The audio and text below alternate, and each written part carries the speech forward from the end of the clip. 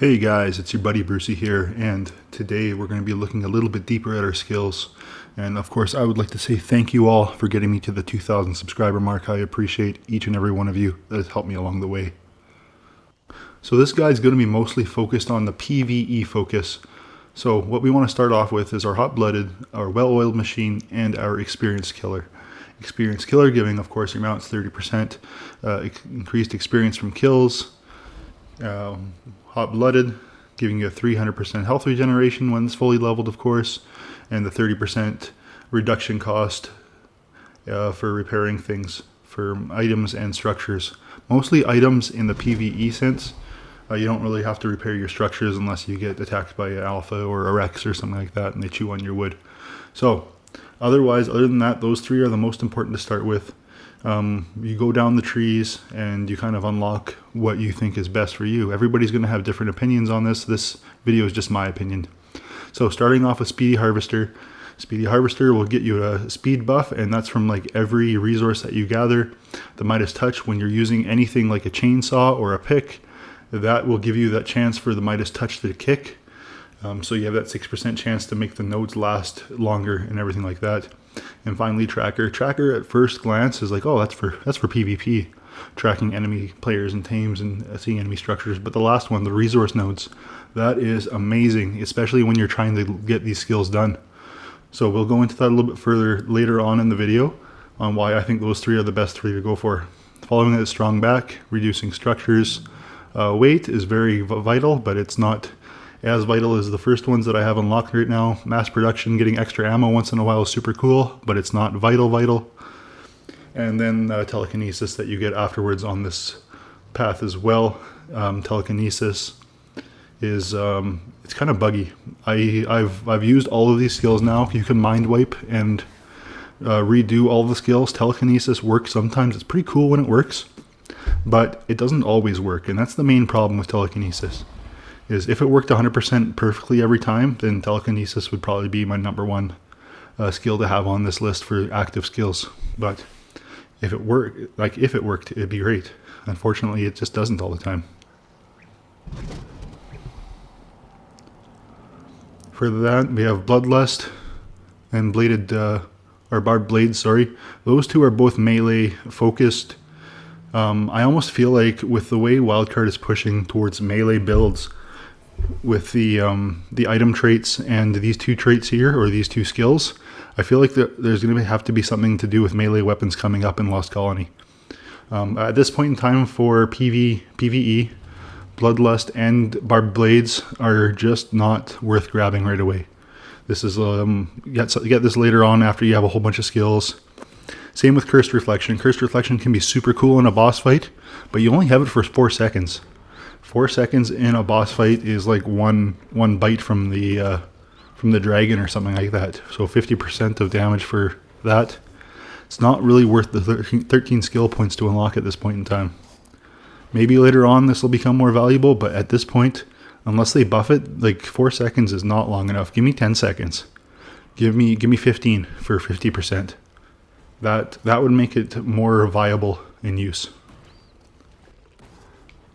Alright, now hot-blooded the other way, we can go to heavy-footed. Heavy-footed looks cool in practice.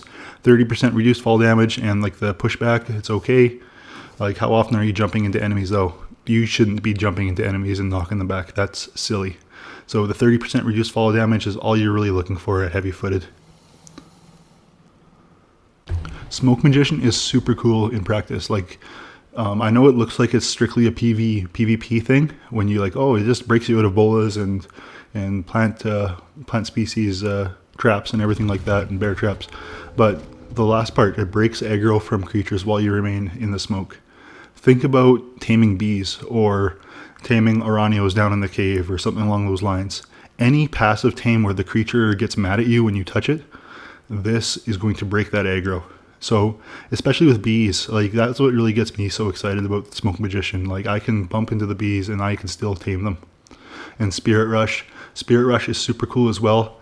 100% movement speed. You can just run around your base full blast, or anything like that, or you use it to get yourself out of a bad situation. Like when you're down getting an artifact, all of a sudden you're getting rushed by different things. Spirit Rush, you get yourself out of there in an instant and saves you. So this line here, this is a good line from Heavy Footed, Smoke Magician, and Spirit Rush. This will be the second one I start unlocking. Now I have unlocked all of them before. I've practiced with all these. Mounted Opportunist, it's good. It's not as good as the other ones in practice. The stamina boost is nice, but it's not perfect. Like 10% of maximum stamina increase. It's whatever. You probably aren't going to run out of stamina unless you're in a boss fight anyways. The main value there would be like in fighting the, let's say, the Broodmother boss, and you're taking out the ads and getting your stamina back. Essence Eater, same thing. You're probably not going to be killing enough creatures to require to need that extra damage, but Essence Eater, same thing. It's for fighting bosses in my opinion. Spectral Mount again, boss mounts, or boss fights, sorry. So you're doing a boss fight, let's say you're fighting the Overseer. You use Spectral Mount when you see he's doing the lightning attack that knocks you off. All of a sudden you can't get knocked off anymore. Like, it's good in that case, but in PVE, that's kind of the only spot I'm going to see this being valuable in boss fights. Like, in most cases, you're riding around something that's overpowered compared to everything else around you, and you don't really care if you're going to get dismounted. Otherwise, maybe you see some jellyfish in a cave, something like that. Spectral Mount is handy that way. It's kind of a protection, last minute type thing. I actually hate this skill. Bonded Taming is dumb. Why would I want to imprint something that I'm taming? I want, in a PvE sense, for what I do, I want to see my raw stats. I don't want to see imprinted stats on my wild tamed creatures. I'm going to be using those to breed into better creatures, and I want to see what my original stats are that I'm going to be trying to breed into. I don't want a 10% imprint bonus on that. Like, that's ridiculous. This is, if there was a way I could skip this skill, I would never get this. But unfortunately, if I want to unlock everything, which we all do because we're ARK players, you'll have to go down there and get Bonded Taming. I mean, Imprinter is not very good either. So Imprinter, you get a 5 to 10% more effective imprints. I don't care, wildcard. I don't care about 5 to 10%. Like, that little amount is really kind of adds into nothing. Like, I'm still gonna have to probably imprint the same number of times. Like, if this was like double that, like 10 to 20%, then that's cool. It might save me an imprint on one of those higher end things, like a Giga or a Karcha, or a Mosasaur, or something like that. Like, 5 to 10% is trash. Like, I don't want that. Give me something much better than that. And twin imprint, like, this is only going to be used again for boss fights. Okay, buddy, let's go do the Overseer, for example. Okay, I'll use my twin imprint. There you go. Your Rex that I've imprinted is now good for you. That's the only time I can see twin imprint in a PvE situation being valuable. That's kind of my rant on this whole line here. That's my least valuable line. I'm going to get absolutely everything else before I even touch Bonded Taming, Imprinter, and twin imprint. Alright, now let me show you why I like Speedy Harvesting so much. So here's my Wyvern's regular speed. I'm just going to fly around. Let's say I'm doing a meat run with my Wyvern here, which I do sometimes because I just enjoy Wyverns. That's my thing. So here we go. Here's a dinosaur. I'm going to take a couple chomps out of it, harvest it, and the Speedy Harvesting is going to count towards my Wyvern. And there we go. Look at that. I've got ×2 already on my Speedy Harvester in the top corner, ×3, ×4, and ×5. There we go. I'm already getting max speed boost from that, and it's going to stack up to 20 seconds 5 times. Now let's make it a little bit faster. Let's have a candy. There we go. There is a massive speed boost to my Wyvern, which is not supposed to have a speed boost now anymore since they nerfed flyers back in ASE a million years ago now. So that is why I really like Speedy Harvester. It lets you go real fast. Alright, now why I think Tracker is the best for PvE.